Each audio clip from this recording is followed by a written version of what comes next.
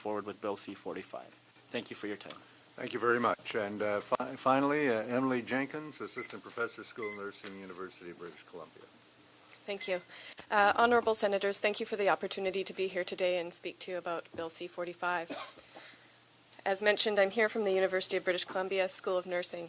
My clinical and research expertise are in adolescent mental health and substance use, including co-leading with my colleague, Assistant Professor Rebecca Haynes-Saw out of University of Calgary, the Teens Report on Adolescent Cannabis Experiences, or TRACE, program of research. TRACE is Canada's longest-standing qualitative research program in youth cannabis use, which began with a focus on youth who use cannabis frequently. My research approach is participatory, and I strive to bring youth voices to the evidence base to generate solutions that are grounded in data and that resonate with the populations they are intended to serve. I believe in learning from youth expertise and in supporting youth to engage to their fullest capacity. As such, while I can and will incorporate elements of youth perspective in my testimony, I cannot speak on their behalf. I am pleased to know that you'll be hearing from a young person this afternoon and would encourage you to pursue additional opportunities to have youth meaningfully involved in this policy process. Today I will focus on a few key areas where available evidence can help inform this legislation as it pertains to youth. First, speaking to concerns regarding harms associated with cannabis use amongst youth. An important starting point for this discussion is to provide a bit of perspective by characterizing what we understand to be the magnitude of the problem.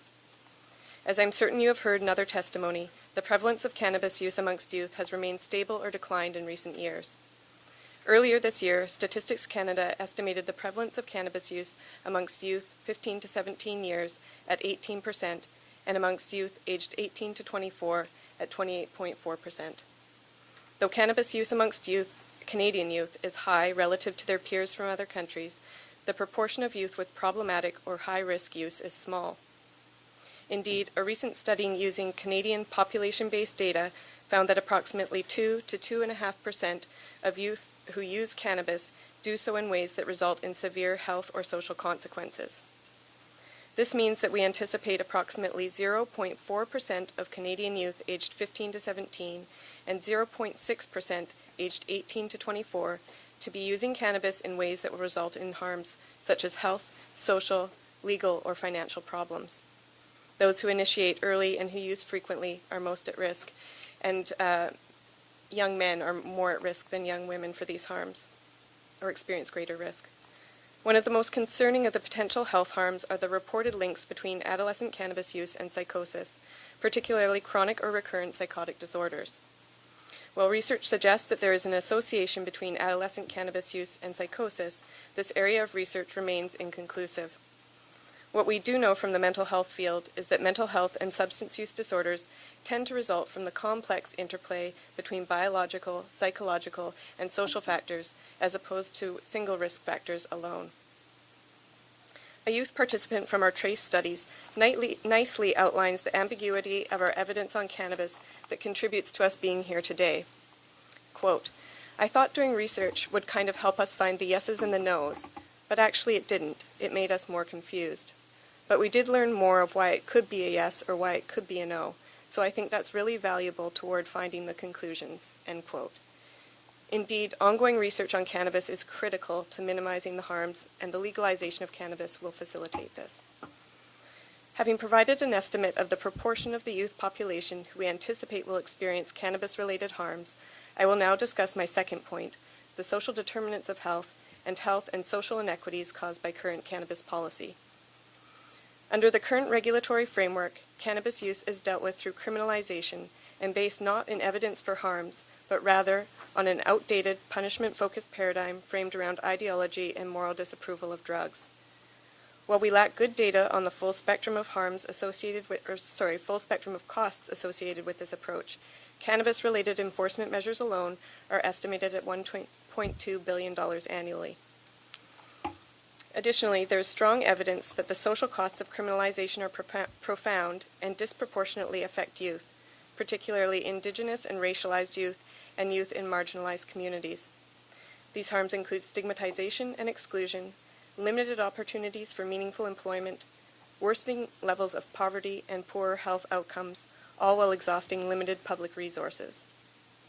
The Cannabis Act will create a new legal and regulatory framework that is grounded in a public health approach, with the potential to target and respond to these inequities and to generate revenue that can be directed towards intervention across the full spectrum of need, from education and prevention efforts for all youth, as well as the treatment needs of the small proportion of youth requiring this type of specialized care.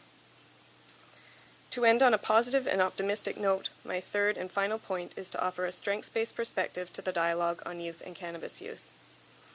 Current concerns about the impact of legalization on youth cannabis use tend to frame this issue from a deficit-based perspective. There is great emphasis on the need to protect youth, and while this is indeed important, it fails to adequately account for the significant capacity that young people possess and the role that our policies and society ought to play in equipping young people with the skills and resources to navigate cannabis use decision-making in a way that is informed and grounded in best available evidence.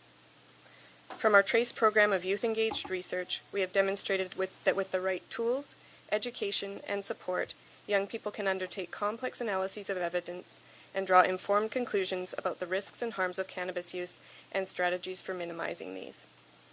This research also indicates that the current approach to prevention and education is ineffective. Much of this results from messaging that is fear-based and exaggerates risk, which potentially leads to other harms. As one of our youth participants has explained, quote, "They make weed sound so bad, and then when people find out that weed's not that bad, they think all drugs are not that bad. So then they go out into the drug thing and they think all drugs won't change them, but those other drugs change you," end quote. But it also is the product of a confusing policy landscape, one in which cannabis is technically illegal, but in which the prevalence of use is high, access to cannabis easy, and conflicting information and messaging commonplace. In fact, our film-based education resource, Cycles, created for use in school settings, came about due to feedback from teachers that they felt ill-equipped to talk to youth about cannabis use. In part because of the legal gray zone in which it sits. Legalization and regulation will provide a more well-defined context from which evidence-based, open and honest prevention and education interventions can be implemented. This process should be done in partnership with youth and should include harm reduction principles so as to be inclusive of the needs of both those who use and do not use cannabis. Thank you for the opportunity to speak today. Thank you very much. Now we have heard the opening remarks, and